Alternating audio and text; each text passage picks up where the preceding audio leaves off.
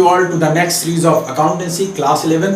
आज जो हम लोग डिस्कस करने वाले हैं जनरल एंट्री, जिसमें आज हम लोग जनरल एंट्री को सीखेंगे कि किस तरीके से जनरल एंट्री मॉडर्न रूल के जरिए की जाती है। अभी तक जितना भी हमने आपको सिखाया, प्लीज सबसे पहले आप डिस्क्रिप्शन में सारे वीडियोस को देख लीजिएगा अगर आप अकाउंटेंसी को सीरियसली समझना चाहते हैं।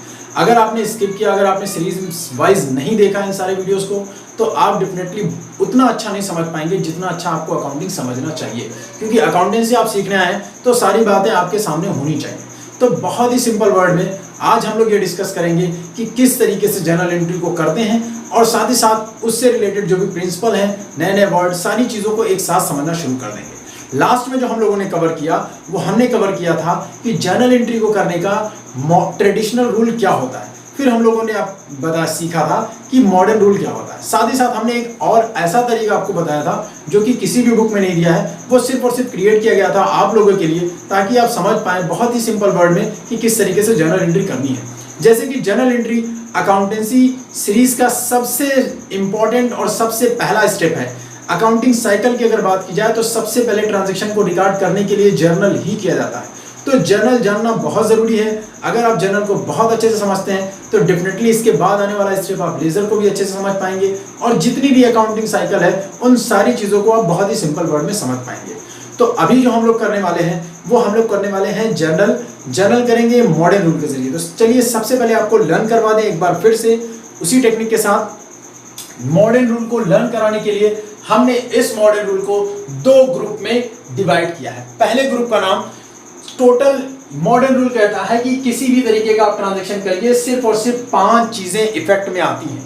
5 चीजों में दो ग्रुप हमने बनाए। पहले दो ग्रुप जो हमने बना दिए 2 वर्ड के, वो ए असेट्स और E expenses. A stand for assets and E stand for expenses. पहला ग्रुप हमने इसलिए इसको बनाया क्योंकि ए से शुरुआत हो रही है। और दूसरा ग्रुप जो हमने बनाया है वो LIC का बनाया है। LIC, L for liabilities, I for income और C फॉर कैपिटल। ये दो ग्रुप हो गए। फिर हमने आपको बताया कि सबसे पहले इसको लर्न करने का तरीका ये है कि सबसे पहले हम इंक्रीज की बात करते हैं, बढ़ने की बात करते हैं। इंक्रीज, और इंक्रीज के साथ साथ सबसे पहले कहीं पर भी आप रिकॉर्ड करें, चाहे आप जनरल एंट्री में या आप लेजर में, कोई भी फॉर्मेट आप पूरे के पूरे अकाउंटेंसी सब्जेक्ट में बनाएंगे तो सबसे पहले डेबिट अमाउंट लिखा जाता है, फिर क्रेडिट अमाउंट लिखा जाता है। इसीलिए इन चीजों को समझाने के लिए, लर्न कराने के लिए फिर से एक बार रिपीट कर दे रहा हूं कि जब कभी भी किसी भी ट्रांजैक्शन की वजह से, किसी भी लेन देन की वजह से असेट्स या एक्सपेंसेस इंक्रीज हो तो उनको डेबिट होना चाहिए। देखिए अब आपको लर्न हो जाना चाहिए AE, यानी ए से शुरुआत होगी, दूसरा इंक्रीज की बात होगी और पहले डेबिट की बात होगी। तो एक चीज जब आपको लर्न हो गई तो आपको सारी चीजें लर्न हो जाएंगी। सिर्फ ये लर्न करना है आपको। क्या लर्न करना है? पहला ग्रुप, क्योंकि ए से शुरुआत हो रही है तो पहला ग्रुप AE है। ए और ई stand for assets and expenses. और इस ग्रुप में सबसे पहले बढ़ने की बात करेंगे, इंक्रीज की बात करेंगे, और जो कुछ भी इंक्रीज होगा उसको डेबिट किया जाएगा। जस्ट इसका उल्टा, अगर ये डिक्रीज होगा तो क्रेडिट। तो जब ये लर्न हो गया तो दूसरा अल्टीमेटली लर्न ही हो जाएगा। और दूसरे ग्रुप की बात करेंगे तो LIC liabilities income capital, just इसका उल्टा। यहां पर इंक्रीज होने पर डेबिट होता था सबसे पहले, तो LIC वाले ग्रुप में, दूसरे ग्रुप में जब कभी भी ये चीजें इंक्रीज होंगी किसी भी ट्रांजैक्शन में तो वो क्रेडिट की जाएंगी, अगर वो डिक्रीज होंगी तो डेबिट की जाएंगी। इसको एक बार समझ लीजिएगा। अगर आपने ये लर्न कर लिया है तो मॉडर्न रूल के जरिए आप जनरल एंट्री परफॉर्म कर सकते हैं। फॉर्मेट बना हुआ है, क्वेश्चन आपके सामने है। अब क्वेश्चन को हम लोग सॉल्व करने के लिए शुरुआत करते हैं पहले ट्रांजैक्शन से। पहला ट्रांजैक्शन लिखा हुआ है commencement of business with cash 5 lakh rupees. पहला बिजनेस शुरू हो रहा है, शुरू किया जा रहा है 5 लाख रुपए कैश से। मैंने बताया था ट्रांजैक्शन को सबसे पहले आप पढ़ेंगे, फिर उसमें जो भी अकाउंटिंग टर्म होंगे या ये 5 चीजें जो भी हैं इसमें, उसको आप निकाल लेंगे, और जो भी प्रीपोजिशन है या जो भी ग्रामर के वर्ड है उनको छोड़ देंगे, उनसे कोई मतलब नहीं है। तो यहाँ पर सबसे पहला वर्ड आपको सिंपल सेंटेंस में दिख गया, कैश। कैश क्या है? अब आप बात करेंगे सर कैश क्या है? कैश तो एक पैसा होता है, रुपए होते हैं, जो कि हमारी संपत्ति होती है, यानी असेट्स होती है। अब असेट्स के केस में हम लोग कैश को कहां पर ले जाएंगे? सर कैश होता है असेट्स, और असेट्स इंक्रीज होता है तो डेबिट, डिक्रीज होता है तो क्रेडिट। अब इस ट्रांजैक्शन की वजह से आप मुझे बताइए असेट्स बिजनेस में इंक्रीज हो रहा है या डिक्रीज? जब हम बिजनेस की शुरुआत करेंगे पैसे से, तो पैसे तो हमारे बिजनेस में आएंगे ना, इसका मतलब पैसे बढ़ेंगे। सर पैसे आएंगे, पैसे अगर बढ़ते हैं तो पैसा होता है असेट्स, और असेट्स के बढ़ने पर डेबिट किया जाता है, इसीलिए इस कैश को डेबिट किया जाएगा। तो जर्नल शुरू करने के लिए सबसे पहले डेट लिखेंगे कि किस तारीख को ये लेन देन हुआ है। ये लेन देन हुआ है 1 मई को, तो लिखेंगे 1 मई। और डेबिट क्या करना है, कैश। तो एक एक चीज को डेबिट करते जाएंगे। पहले कैश अकाउंट डेबिट, ये हो गया, यहाँ पर लिख दिया डेबिट में अमाउंट 5 लाख रुपीस। अब दूसरा सर आपने बताया था कि जर्नल एंट्री में डबल एंट्री सिस्टम है, अगर कुछ डेबिट है तो सेम कुछ ना कुछ चीजें क्रेडिट होंगी, और जितना अमाउंट डेबिट में होगा उतना ही अमाउंट क्रेडिट में होना चाहिए। आप मेरे पूरे वर्ड को ध्यान से सुनते रहेंगे तो बहुत सारी नई नई चीजें आपको मिलेंगी, और ये सारी चीजें आपके फ्यूचर में अकाउंट्स में काम आएंगी। नेक्स्ट सर, कैश आने से इफेक्ट क्या हो रहा है, सर बिजनेस शुरू हो रहा है, और बिजनेस जिस पैसे से शुरू होता है उसको बोला जाता है कैपिटल।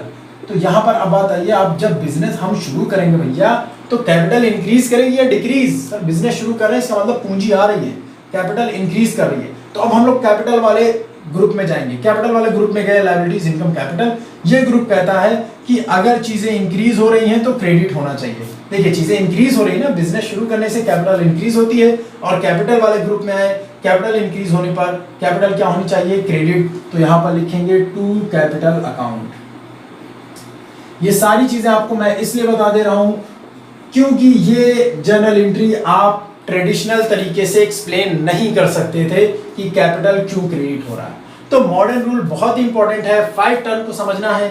5 टर्म को मैंने ग्रुप में बांट दिया है। लास्ट की वीडियो में मैंने और भी सिंपल वर्ड में आपको डिटेल में एक्सप्लेन किया था ताकि वो चीजें आपको सही से समझ में आ जाए। तो यहाँ पर नरेशन लिख देंगे, being business start with cash, ये आप नरेशन लिख लीजिएगा। नेक्स्ट क्वेश्चन हम करते हैं, लिखा हुआ goods purchase from Mohan with cash. हमने बात की थी कि जब कभी भी ट्रांजैक्शन किया जाए, अगर वो ट्रांजैक्शन पैसे में लिया जाता है, अगर कुछ नगद में खरीदते हैं या बेचते हैं, तो कभी भी जो बेचने वाला है या खरीदने वाला है नाम ज्यादातर नहीं लिखते हैं। लेकिन अगर आपने उधार दिया है 50 रुपए का भी किसी को, तो फौरन हम उसका नाम लिखते हैं। यहाँ पर अवॉइड करने वाली बात और समझने वाली बात यह है कि यहाँ पर कैश और मोहन जब एक साथ दिया होगा तो हमें कैश से मतलब है, यानी नगद दे रहे हैं, तो किसी भी पर्सन से कोई मतलब नहीं होता है। चलिए शुरुआत करते हैं और चीजों को समझते हैं। नेक्स्ट 2 में लिखा हुआ है 2 मई को goods purchase from Mohan with cash. हमने गुड्स को परचेज किया है, सामान को परचेज किया है। गुड्स के भी रिस्पेक्ट में हमने बताया था कि गुड्स क्या होती है, गुड्स होती है आपकी असेट्स, प्रॉपर्टी, सामान। और सामान जब कभी भी इंक्रीज होगा तो सामान इंक्रीज होने पर क्या होना चाहिए, डेबिट। सामान है क्या, गुड्स, यानी गुड्स डेबिट होना चाहिए, क्योंकि गुड्स कभी आती है और जाती है, तो गुड्स कभी डेबिट और क्रेडिट होगी। तो गुड्स के जो एक्टिविटी है उसको हम लोग लिखते हैं, यानी गुड्स परचेज। तो यहाँ पर लिखेंगे परचेज अकाउंट डेबिट। गुड्स के रिस्पेक्ट में जब कभी भी गुड्स आएगा तो गुड्स की जगह पर हम लोग परचेज या सेल्स लिखना पसंद करते हैं। क्यों ऐसा करते हैं ये भी हमने डिस्कस किया था, फिर से बता देते हैं। क्योंकि कभी ऐसा ना हो लेजर बनाने में अगर सिर्फ गुड्स है तो गुड्स खरीदा भी जाता है, बेचा भी जाता है, आप कंफ्यूज हो जाएंगे कौन सा गुड्स आया कौन सा गया। इसीलिए गुड्स की एक्टिविटी को लिख देते हैं कि गुड्स परचेज किया गया या सेल्स किया गया। ये सिंपल सी बात हुई। तो पहली चीज में आपने जान लिया परचेज, परचेज यानी गुड्स, गुड्स है असेट्स, और असेट्स आपके पास आ रही है, असेट्स इंक्रीज हो रही है, असेट्स इंक्रीज होती है तो डेबिट। सर इस ट्रांजैक्शन में दूसरी चीज क्या है, दूसरी है कैश, और कैश भी एक असेट्स है, एक प्रॉपर्टी है, और असेट्स जब कभी भी डिक्रीज होती है तो क्रेडिट होती है। इस ट्रांजैक्शन से मुझे बताओ क्या ये असेट्स इंक्रीज हो रही है या डिक्रीज हो रही है। अगर आप सामान खरीदते हैं, बदले में सामान आपके पास आता है, यानी एक असेट्स बढ़ती है और दूसरी असेट्स कम होती है, दूसरी असेट्स है आपकी कैश, तो असेट्स बढ़ जाए तो डेबिट, इसी तरीके से असेट्स अगर कम हो जाए तो क्रेडिट। तो लिखेंगे टू कैश, क्योंकि पैसे चले जा रहे हैं। कितना है, 1 lakh rupees, 1 lakh rupees. Next है अगला ट्रांजैक्शन में लिखा हुआ गुड्स परचेज फ्रॉम अजय। अब देखिए यहाँ बोल्ड में अजय लिखा हुआ है, कैश नहीं लिखा हुआ है।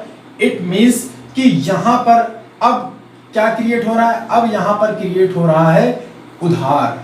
अब यहाँ पर नगद की बात नहीं हो रही है, और यहाँ पर अब अजय का नाम लिखना जरूरी हो जाता है। तो चलिए अब इस ट्रांजैक्शन में मुझे बताइए कौन कौन सी चीजें हो रही है। जब कभी भी हम गुड्स परचेज करेंगे अजय से हमने गुड्स परचेज किया, इसका मतलब अजय को हमें पैसे देने होंगे, हमारी लायबिलिटीज क्रिएट हुई, जिम्मेदारी क्रिएट हुई कि असेट्स अजय को हमको क्या करना है, इसके पैसे देने। यानी इसका मतलब क्या क्रिएट हुआ, क्रेडिटर, हम बने क्रेडिटर किसी के, यानी अब हमें क्या करना है, पैसे देना है, हम क्रेडिटर क्रिएट कर रहे हैं इस ट्रांजैक्शन से। दूसरा क्या हुआ, गुड्स परचेज किया गया। गुड्स भी एक असेट्स है, और गुड्स परचेज करने पर गुड्स हमारे पास क्या होती है, आती है। तो पहला ग्रुप बना आपका असेट्स का। इस ट्रांजैक्शन से अगर असेट्स डेबिट इंक्रीज हो तो डेबिट करो, डिक्रीज हो तो क्रेडिट करो। ट्रांजैक्शन को पढ़ते हैं। ट्रांजैक्शन के पढ़ने पर पता हमें ये चला कि गुड्स हमने परचेज किया है, परचेज करने पर असेट्स बढ़ती है और बढ़ने पे चीजें डेबिट होती हैं। तो लिखेंगे हम यहाँ पर सिंपल वर्ड में परचेज अकाउंट डेबिट। और दूसरा सर इस चीजों से दूसरा कौन सा वर्ड मिला? दूसरा मिला क्रेडिटर, और क्रेडिटर होता है लायबिलिटीज यानी जिम्मेदारी, इसके पैसे हमें देने हैं। तो यहाँ बताओ जिम्मेदारी आपकी बढ़ी या कम हुई? अगर हमने उधार खरीदा तो जिम्मेदारी मेरी बढ़ी, हमें पैसे अब देने होंगे। और ये रूल कहता है LIC वाला, लायबिलिटीज इनकम कैपिटल वाला, कि कभी भी लायबिलिटीज इनकम या कैपिटल अगर कभी भी इंक्रीज हो जाए तो उसको क्रेडिट कर दो। तो यहाँ पर ये इंक्रीज हो रही है उसको क्रेडिट कर देंगे, और क्रेडिट करने में क्रेडिटर का नाम लिखेंगे ताकि मालूम होना चाहिए ना तो क्रेडिटर उधार किससे लिया, पूछेगा ना, अजय से लिया, विजय से लिया या अजय के किसी दूसरे खानदान वालों से लिया। इसीलिए वहां पर क्या लिखेंगे? टू अजय। याद रखिएगा कभी भी नाम के साथ अकाउंट वर्ड नहीं लिखा जाता है। इन सारी चीजों को भी समझते रहिए। किसी का भी नाम आए तो उसके साथ अकाउंट वर्ड नहीं लिखा जाएगा। ये 3 मई का ट्रांजेक्शन हो गया। कितने में? 5000। नेक्स्ट हम लोग समझने वाले हैं अगला लिखा हुआ है गुड सोल्ड टू अजय। फिर यहाँ पे देखिए अजय को सामान बेचा गया और इसके बदले में पैसे नहीं मिले, यानी कैश नहीं लिखा हुआ। इसका मतलब यहाँ पर कुछ दूसरी चीज क्रिएट हुई है। ये भी चीजों को समझना है आपको। यहाँ पर गुड्स सोल्ड, सामान अगर आपने बेचा, गुड्स क्या है? एक सामान है। सामान अगर बेचते हैं तो वो सामान असेट्स होता है और वो असेट्स आपकी बढ़ेगी या घटेगी। रूल कहता है कि अगर बेचने पे सामान तो घटती है, असेट्स कम हो जाती है, और असेट्स के ग्रुप में आए तो असेट्स कम होने पर असेट्स क्रेडिट होती है। इसका मतलब सेल्स अकाउंट जो होगा वो क्रेडिट होगा। तो डेबिट क्या होगा? हमने बेचा है अजय को, इसका मतलब फ्यूचर में हम अजय से पैसा लेने वाले हैं। अजय हमारा असेट्स क्रिएट हुआ, इस असेट्स का नाम है डेटर। अब वो अजय हमारा क्या बना? डेटर्स, यानी अजय से हम फ्यूचर में पैसे लेंगे। तो पैसे लेंगे इसका मतलब असेट्स हुआ, और जिससे हमको पैसे लेना है असेट्स इंक्रीज हुई ना, फ्यूचर में असेट्स इंक्रीज हुए, हम बाद में पैसे ले लेंगे। साथ ही साथ हमारी ये जो असेट्स थी, सामान बेच दिया, वो असेट्स कम हुई, सोल्ड। तो यहाँ पर डेबिट हो जाएगा डेटर्स। डेटर्स का नाम है अजय, लिखेंगे Ajay debit to sales account. Narration लिख देंगे being goods sold to Ajay, और इसका हो जाएगा being goods purchase from Ajay. इसका हो जाएगा गुड्स परचेज विद कैश। तो नरेशन साथ साथ आप लोग लिखते रहेंगे। इतने ट्रांजेक्शन हो गए। डेट लिख लेंगे, जो भी अमाउंट है इसका, अमाउंट क्या है? 4000, लिख देंगे 4000 डेबिट का डेबिट और क्रेडिट का क्रेडिट में। अगला ट्रांजेक्शन है वेजेस पेड कैश 5000 रुपीज। आपने मजदूरी दी। अब मजदूरी देना आपके लिए क्या है? मजदूरी देना आपके लिए एक्सपेंस है। और दूसरी चीज आई कैश। कैश है क्या? कैश है असेट्स। तो एक्सपेंस और असेट्स दो के रूल हमें लगाने हैं। रूल पहला कहता है कि एक्सपेंस जब कभी भी इंक्रीज हो, यानी असेट्स और एक्सपेंस इंक्रीज हो तो डेबिट। तो यहाँ पर बताओ वेजेस देने से आपका खर्चा बढ़ रहा है ना, खर्चा बढ़ना यानी खर्चा डेबिट होना चाहिए। तो लिखेंगे वेजेस अकाउंट डेबिट। दूसरा आपके पास आया कैश। कैश क्या होता है? कैश भी एक असेट्स है। अब बताओ इस ट्रांजैक्शन की वजह से क्या असेट्स आपके पास इंक्रीज हो रही है या डिक्रीज हो रही है? सर मजदूरी देंगे तो पैसे कम होंगे, असेट्स कम होगी। असेट्स अगर कम होती है तो कौन सा रूल लगता है? असेट्स कम होने पर क्रेडिट होता है। तो लिखेंगे टू कैश अकाउंट। डेट लिख लीजिएगा, जो भी डेट यहाँ पर दी हुई है 5 मई लिखा हुआ है, और साथ ही साथ अमाउंट लिख लीजिएगा, अमाउंट दिया हुआ है 5000 रुपीज। अगला देखते हैं, लिखा हुआ है salary received cash 2000 rupees. Salary आपने रिसीव की, पहली बात होगी सैलरी की। सैलरी है क्या? सैलरी मिलना आपके लिए इनकम है। इनकम वाला ग्रुप किधर आता है? LIC वाले ग्रुप में आता है। ये ग्रुप क्या कहता है? अगर आपकी सैलरी, अगर आपकी इनकम इंक्रीज है तो क्या करो? उसको क्रेडिट, डिक्रीज हुई है तो डेबिट करो।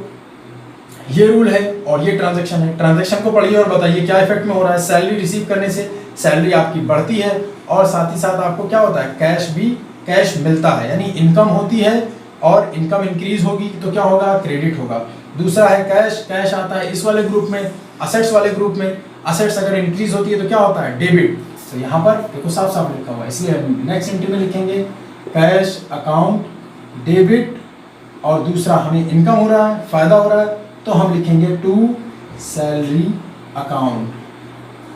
अब जो भी अमाउंट यहाँ पे दिया हुआ 2000 रुपीज यहाँ लिख देंगे, 2000 रुपीज यहाँ लिख देंगे, और ये डेट लिख देंगे। ये मैंने मॉडर्न रूल के जरिए आपको पूरी तरीके से बता दिया।